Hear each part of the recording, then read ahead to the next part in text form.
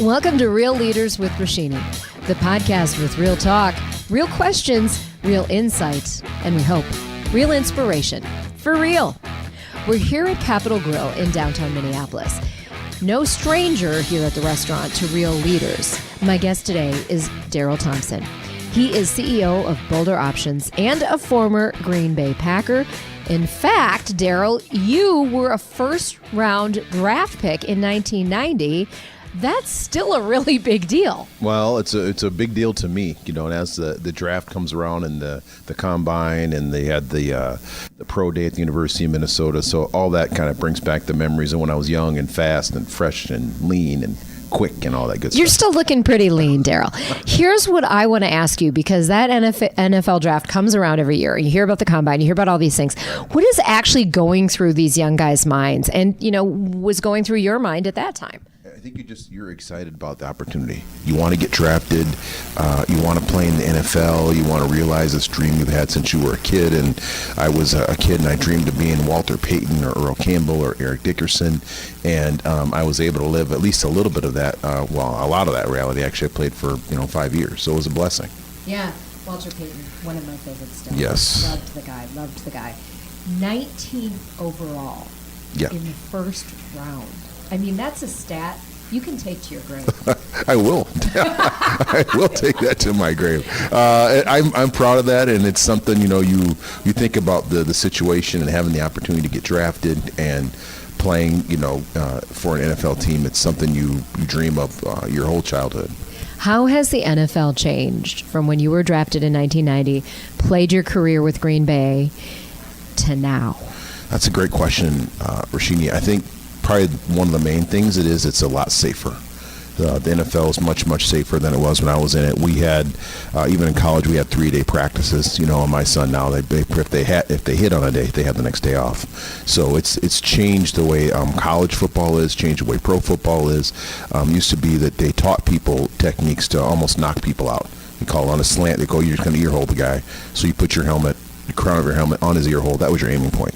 So, and same with combo blocks at the line of scrimmage. You one guy engage him, the next guy puts his head on the crown of his head in his ear hole. That was a taught technique. Now, it is impossible for me to imagine this right now in the current climate we are in. It's not taught anymore. It's not practiced anymore, and those are all good things. So they're taught to, and they don't let you chop block like they used to. They don't let you peel back block. They don't crack back. So it's safer. It's still a physical, violent game, and it's dangerous.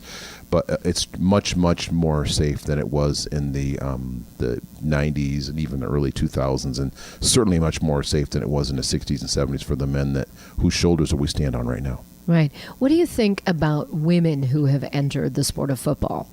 I think it's great.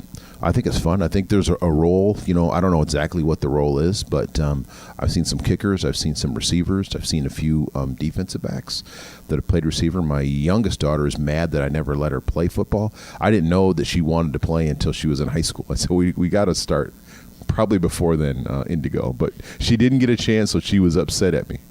You and your wife, Stephanie, have 4 amazing children, and I am so impressed that all of them are athletes. And not just Little League. They're playing college sports.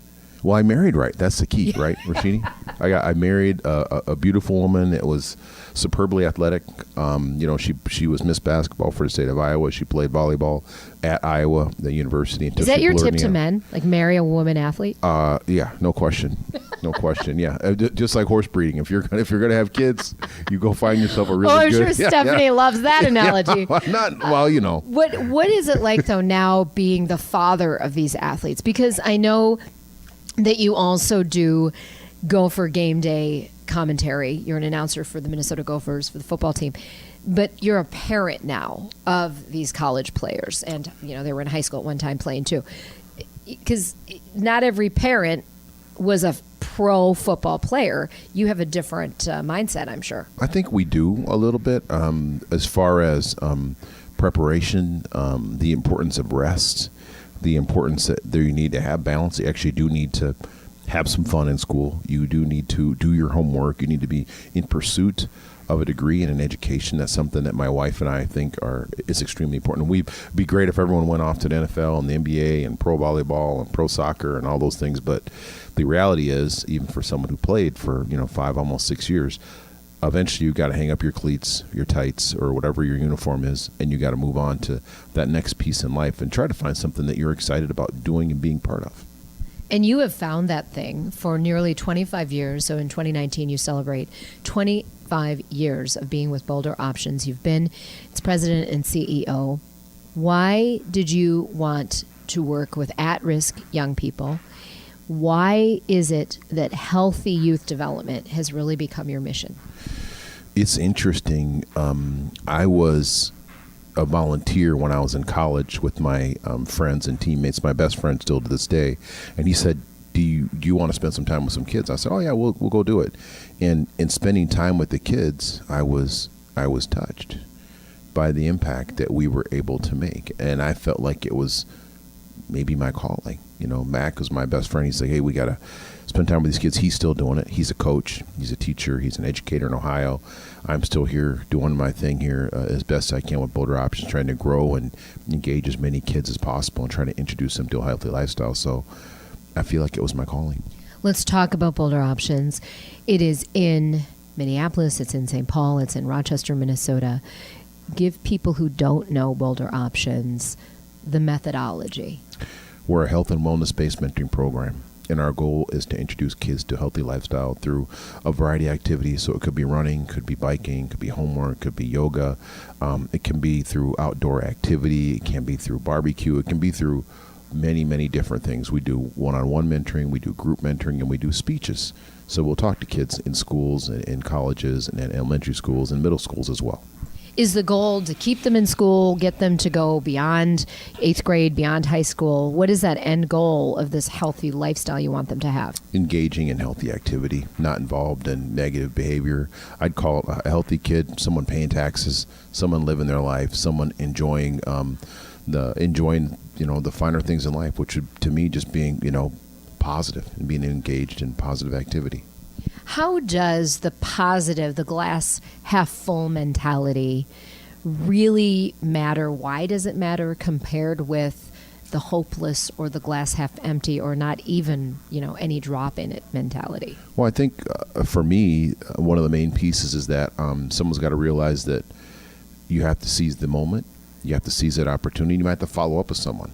You just, for example, hey, Darrell, I need your bio, so we'll get you the bio. We'll get that information to make sure you're prepared. And, I forgot, but we'll get it to you. So just making sure. We had a young lady that was with her mentor, and she went to apply for a job. She's telling her mentor about it. And then the mentor's like, did you hear anything back? She said, well, if you don't hear anything back by tomorrow at 3 o'clock, just give them a buzz.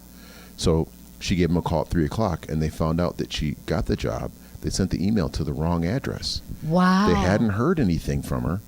So but she needed that push from the mentor. Just the mentor said, okay. just follow up, and then if they said you didn't get the job, then just ask, like, could I have done anything differently? She said, no, actually, we really liked you. But had she not followed up and not called them back, because the email just went off into Never Never Land, they said, well, we emailed the wrong person. So she got the job. That's just one of the wonderful stories of a mentor just giving just a little bit of advice. Just maybe just want to follow up, just want to touch base with someone. So those are the types of things that the relationship and a little bit of follow through can go from a hopeless to a good example where she's like, next time she'll be like, well, I had my first job at Walgreen, and they emailed the wrong person. She's like, I always follow up now. I'm sure she will follow up. What a life lesson when it happens to you personally. Yes. Right? There are a lot of things across the airwaves, across the headlines, talking about different issues and negative sides of race relations. Mm-hmm. You, as an African-American person, maybe have had to deal with this in your lifetime. Yes. But on a certain level, you also are an elite. I mean, you were an athlete. You became a pro football player. Is it different for you because you got to those echelons? Not really. I think a little bit when you're young and when you're playing and you're a little bit more invincible, and as you get older and people forgot about you. I mean, it's not like people are running around and I walked over here, no one stopped me on the street and said, hey, I heard you were the 19th pick in the first round of the Green Bay Packers. Or wanted your autograph. Yeah, no, none of that happened.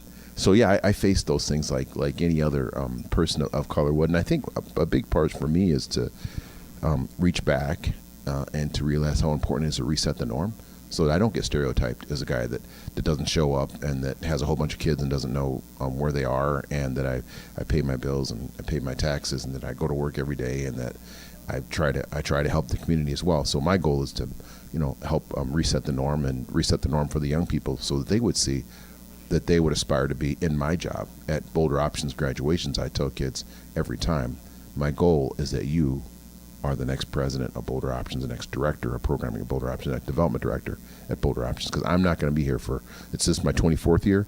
I'm not going to be here for 24 more years at Boulder Options. That must be a really big gift you give them by even just saying, and you mean it. Oh, no question. I mean it, yeah. I don't know if it's a gift or not, but I hope that it's an aspiration that they can be. And maybe it's not Boulder Options. Maybe they want to be on the radio, or they want to be on TV, or they want to be a doctor, a lawyer, a chiropractor, whatever it is. I would like for them to think about that. One big thing I've been working on for probably 6 or 7 months now is the lack of black teachers. I never had a black teacher until I was in college. And studies show that there's a significant improvement if a young black person has a black man as a teacher during the time that they're growing up. They stay in school. There's less referrals out of the class because they see someone that looks like them versus having someone who does not look like them for 12 years. Like, so can we sprinkle one in or two over the course of 12 years? And that's one of the projects that I've been working on for probably about 6 months with this organization called Black Men Teach. I love it. I'll try to stay busy. No, I love it. Black Men Teach. I love that. And always, let's talk about reinvention a little bit, because you mentioned that, and that's new to me that you're doing that. You had to reinvent yourself from a pro athlete into the youth development space and helping at-risk youth, which is even very different from being a teacher. Sure. What can you tell people? How can you inspire our listeners when it comes to reinvention? I'd say be willing to learn, be willing to listen, try to identify a mentor, or maybe a few mentors, people you can bounce ideas off of, not people that are going to tell you that you're right all the time. We have one in common. I'm Mark Sheffert. Yes. Great person, great mentor. And Mark will tell you when you're wrong in a really nice way. But he'll tell you, I think you might want to re-examine the way you're looking at that. And here's 3 reasons why, or maybe 9 reasons why you might want to re-examine that. So, but finding a mentor and then taking the time to learn to become comfortable and hopefully an expert in your field. I love that. Yes, Mark Sheffert, definitely a mentor, advisor of mine. Any other mentors that you have? You've aspired to many things, you've accomplished many things, but you're still moving. Do you still have room in your life? Do you still need mentors? Yeah, I do.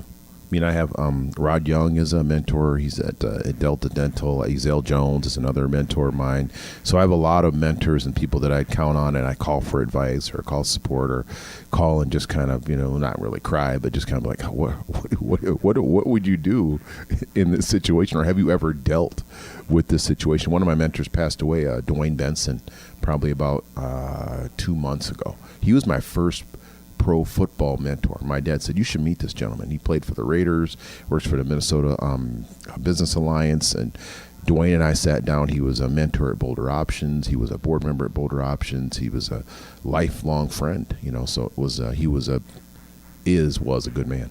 What is your advice to people who don't really know how to go about getting a mentor? Just ask. It's interesting. I probably get asked probably once a quarter by someone that says, hey, will you be my mentor? And I'm like, I have a lot of mentees. I said, I don't know if I can, but if you ask someone, usually they're willing to make room in their life for you. It is important for the mentee, though, to take some ownership and control of the relationship, right? And not expect the mentor. It's not a one-way street. It's a two-way street. It's a two-way street, but maybe driven by the mentee in many cases. Sometimes the mentee, just as far as even I have one mentee that actually shows up with an agenda. She will email me the agenda. She comes in my office. She goes, I want to take a bath. So we have an hour, so we can probably get through it. She goes, bam, bam, bam, and she usually has like 8 or 9 things on her agenda, and then like a little bit of small talk, and then she bolts right back out the door. I don't like to talk about things in terms of gender, mm-hmm. but I have to ask you, because of this mentor topic, do you feel it's important for men to have female mentors and women to have male mentors? That's interesting. The young lady I mentioned is my first female mentee. I never had a female. She said, "Will you be my mentor?" And I was like, I don't mentor women. Really? You thought you didn't know how? No, I never had. I mean, I probably talk, like maybe a little counsel, but I wouldn't say, hey, we sit down once a month or every 3 months and chit chat. So she asked me, and I was like, I guess so. I mean, love that. So I love that she kind of stopped you in your tracks. Yeah, she sure did. Yeah, and she still does. She's funny and she's organized and she's doing her thing and she wants to change the world. So if someone wants to change the world and make that big of a difference in the community, then I'm willing to carve some time out of my schedule to sit down with them and be part of it. Darrell Thompson, I have to ask you, because you're so dedicated to other people. You have this amazing wife, Stephanie, and you've been married a while. How do you two keep it real? How do you keep it real, fresh, sexy? One great thing is my wife loves sports. So the NCAA basketball tournament, she watched basketball. Actually, while we were both working that, but she came home early. She watched basketball with our son from 11 that morning till 11 o'clock at night. We love sports. We went to the games on Saturday. We watched the games on Monday. We love our kids, so that's a big part of our life. And then we're kind of trying to reinvent ourselves a tiny bit, being empty nesters. We've been empty nesters now for about 2 years, and that's different. So we got a dog. We're doing a little bit more stuff together. Like date nights, maybe? Yeah, some date nights, and then like walks with the dog and walking like just in general and exercise and then actually getting out and doing some things with our friends too. We used to kind of be like, oh, we have a basketball tournament, we have a volleyball tournament, got a football game, got a soccer tournament. So that was like our deal. Now we don't have that. So finding those other things, and having hobbies. I mean, she needs to do stuff with her friends. I need to do things with my friends as well. So I love it. Here would be the caption. You know how Us Weekly has, celebrities, they're people too. So, former NFL player, picture of you, the wife, and the dog walking. They're real people too. Oh, yeah. They walk their dog. And you walk your dog. I got to pick up poop. I got the whole deal. I told her I wasn't going to do that. When we got there, I said, I'm not picking up poop. She goes, yeah, you probably are going to have to pick up poop. I love it. So that lasted literally 2 days. I said, well, I guess I got the baggie. Let's pick it up. When you're not picking up doggy doo-doo, perhaps you're maybe listening to music. If there was a song that could be the anthem of Darrell Thompson's life. Wow. My wife asked me that a couple weeks ago, what my favorite song is. I love music. I have I have two turntables and a mixing board and a whole sound system in my basement that I've kind of taught both my boys and my girls to work a little bit. So I love music. You could hire out as a DJ maybe? Probably not good enough, but I mean I could do it. I'm not great at it, 5-year-old birthday party maybe. Yeah, I could probably handle that. If I was to pick a song, it might be Sense of Purpose by Third World. I've been listening to that song since I was about 10 years old. My uncle played it at a little party he had, and I've had it on cassette. I've had it on CD. I've had it on my, iTunes. I've had it on every piece or device, and it seems like I listen to it every once. So I just thought it's moved me for my whole life. I love that. Thank you, Darrell Thompson. Such a privilege and an honor to have you here on Real Leaders with Roshini. Good luck in the next iterations, because you are already such a success, but you're not slowing down, which is wonderful. You're an inspiration. Thanks for being with us. Thank you.